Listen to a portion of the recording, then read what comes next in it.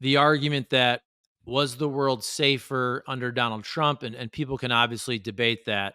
But I do think if you are using the bucket of, well, look at Ukraine, Russia, look at Israel, Palestine, look at the withdrawal from Afghanistan, you can certainly make a very compelling argument from the Trump side that things seemed a lot calmer under Donald Trump than they have been the last 3.5 years under Joe Biden. And again, that's something on the campaign that I would be hammering nonstop if I'm on Yeah. the Trump campaign. I'm not talking about Kamala Harris's race. I'm not talking about Tim Walz and the tampons and whatever's going on. Like, that's what I'm hitting home. Like, hey, wasn't everything kind of calm and relatively easy breezy? Even if it's not 100% true, I think it Right. felt like that to a lot of people. Yeah.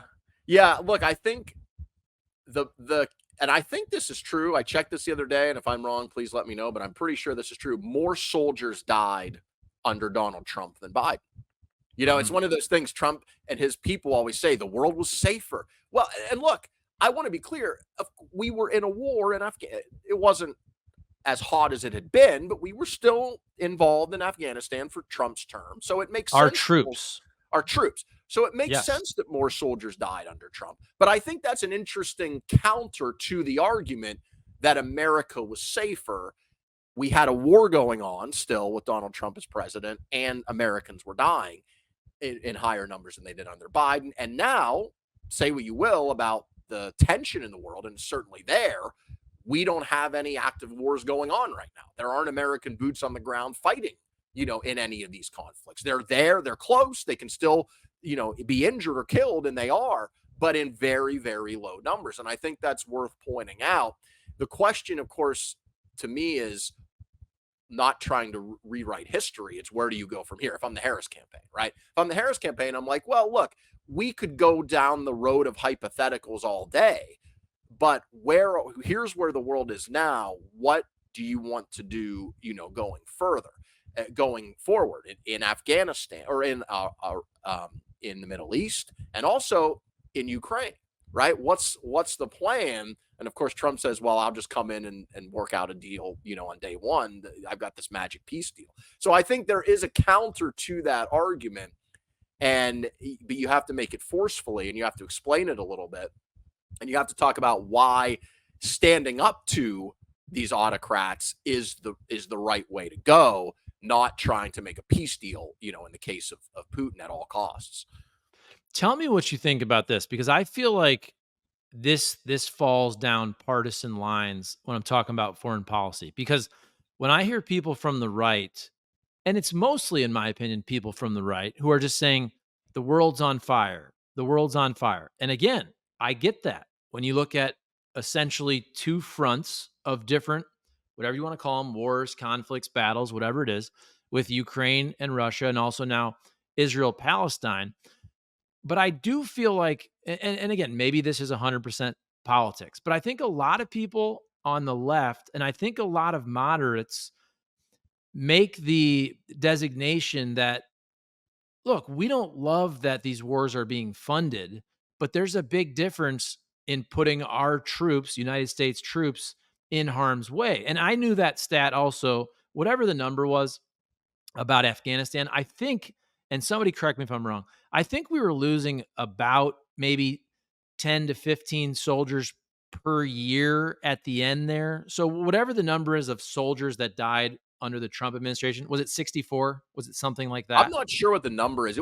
Look, to be clear, it's been low thankfully, thank God, right? It's Right. been low under both Biden and Yes. Trump. But I think it's just such an important because the way the Trump people frame it is we are in like World War III, we're fighting everywhere in the world. And that's just not true. We have military assets in position in various areas. We got a shitload of our battleships in the Persian Gulf right now, as we should, to deter Iran.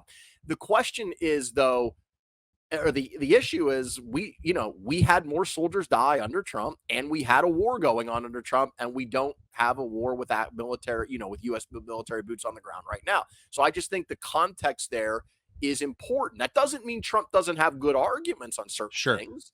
Like he can say, and it's true, Putin didn't invade when he was president. So I agree with that. I think couple of other things to keep in mind too, certainly when it comes to the Middle East. I mean, the Israelis and Palestinians obviously have a history that goes back, way before Biden or Trump were president. And I think that war in particular has a lot more to do with domestic Israeli politics than it does United States politics. I mean, if you're familiar with what was going on over there prior to October 7th, the Israelis were at each other's throats. There were hundreds of thousands of people on the streets protesting against the judicial reforms of the Netanyahu government. Israel was incredibly divided. I mean, there was even some talk of maybe a civil war down the road in Israel. And I think Hamas looked at that and said, this is our chance. They have never been more distracted, never been more divided.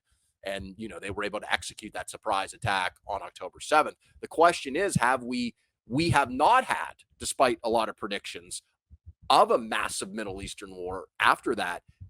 The Biden administration and others have helped keep a lid on that so far. So far being the key. Like, who knows what's going to happen tomorrow? But those predictions of World War III breaking out, haven't been true to this point. Yeah, and I guess just the way I look at it, when I hear the World War III and all that, which by the way is for clicks.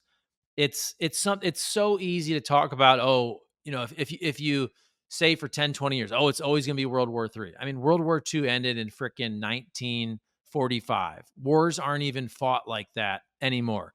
Just when I've gotten in discussions, arguments, whatever, last couple years, people on radio and all that, and when I constantly hear this World War III and the world is on fire, and maybe I'm looking at it just from a different perspective, but as a 42-year-old man who essentially the second half of my entire life, we've been in basically Iraq and Afghanistan almost the whole time, right? September 11th was right when I was 19, 20 years old, and American troops were on two fronts in wars for 5, 10, 15, in terms of Afghanistan, 20 years.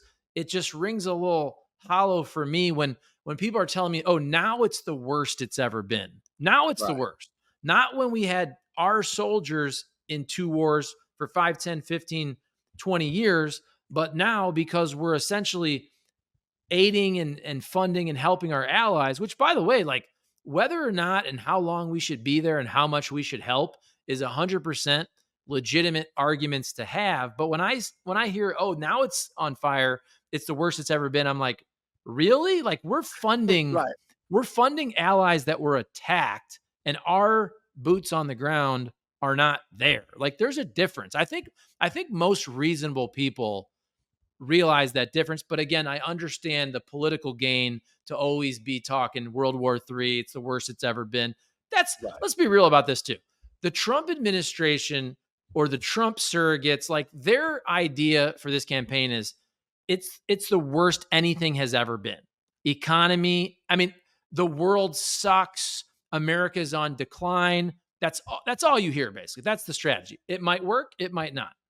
Yeah. And it's not only the American deaths that we've talked about being lower under Biden. Like, if you just look at and I don't have the numbers in front of me, but if you just look at the number of people killed in conflicts globally, it is over the last several hundred years, we are dramatically lower now. Like, as you mentioned, you had World War I, you had World War II, you had the Korean War, you had conflicts and wars all over the world.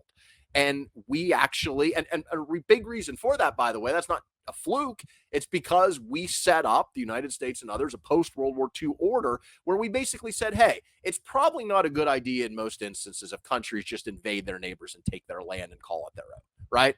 And so that still happens, but it happens a lot less. And that is the point of the Russian war. Is it okay for a country, a powerful country, to just decide that it's going to just take over another one? That hasn't happened much in Europe since World War II. In fact, this is the biggest conflict in Europe since then. And that's kind of the point that I think you got to step back and look at is there are people and countries who want to do really bad things, who don't like that world order that the United States has helped lead. They want autocrats to decide what borders should be and who should rule and where the power should be. And I'm talking about Russia. I'm talking about China. I'm talking about, Iran. They want that. That doesn't change no matter who the American president is. They're looking at a long-term trajectory. So the question is, how do you respond to that? And what I would say if I was the Harris campaign, I thought she did a great job of this in her speech on at the Democratic convention, is if you negotiate with Putin by essentially letting him have the deal he wants, which is the only way Putin's going to agree to a deal no matter who the president is if he gets most of what he wants.